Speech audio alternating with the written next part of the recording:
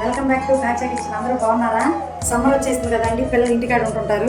అందుకని పుచ్చకాయ జ్యూస్ చేస్తున్నానండి. పుచ్చకాయ సగం ముక్క, సబ్జా గింజలు, హార్లిక్స్ పొడి ప్యాకెట్లు అండి 2 చిన్న ప్యాకెట్లు.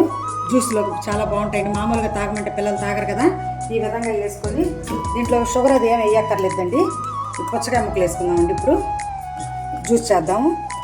నీళ్ళు కూడా పోయక్కర్లేదండి, మిక్సీలో పట్టుకుందాం. ఇదిగోండి, దీంట్లో వడపోసుకున్నామండి.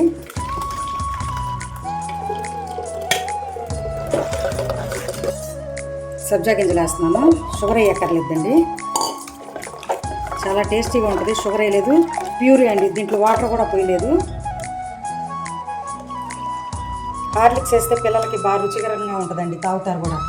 మన మామూలుగా హార్లిక్స్ ఇస్తుంటే తాగట్లేదు కదా పిల్లలు. ఇదిగోండి, మీకు నచ్చినట్లయితే లైక్ చేయండి, షేర్ చేయండి, సబ్స్క్రైబర్ చేయండి.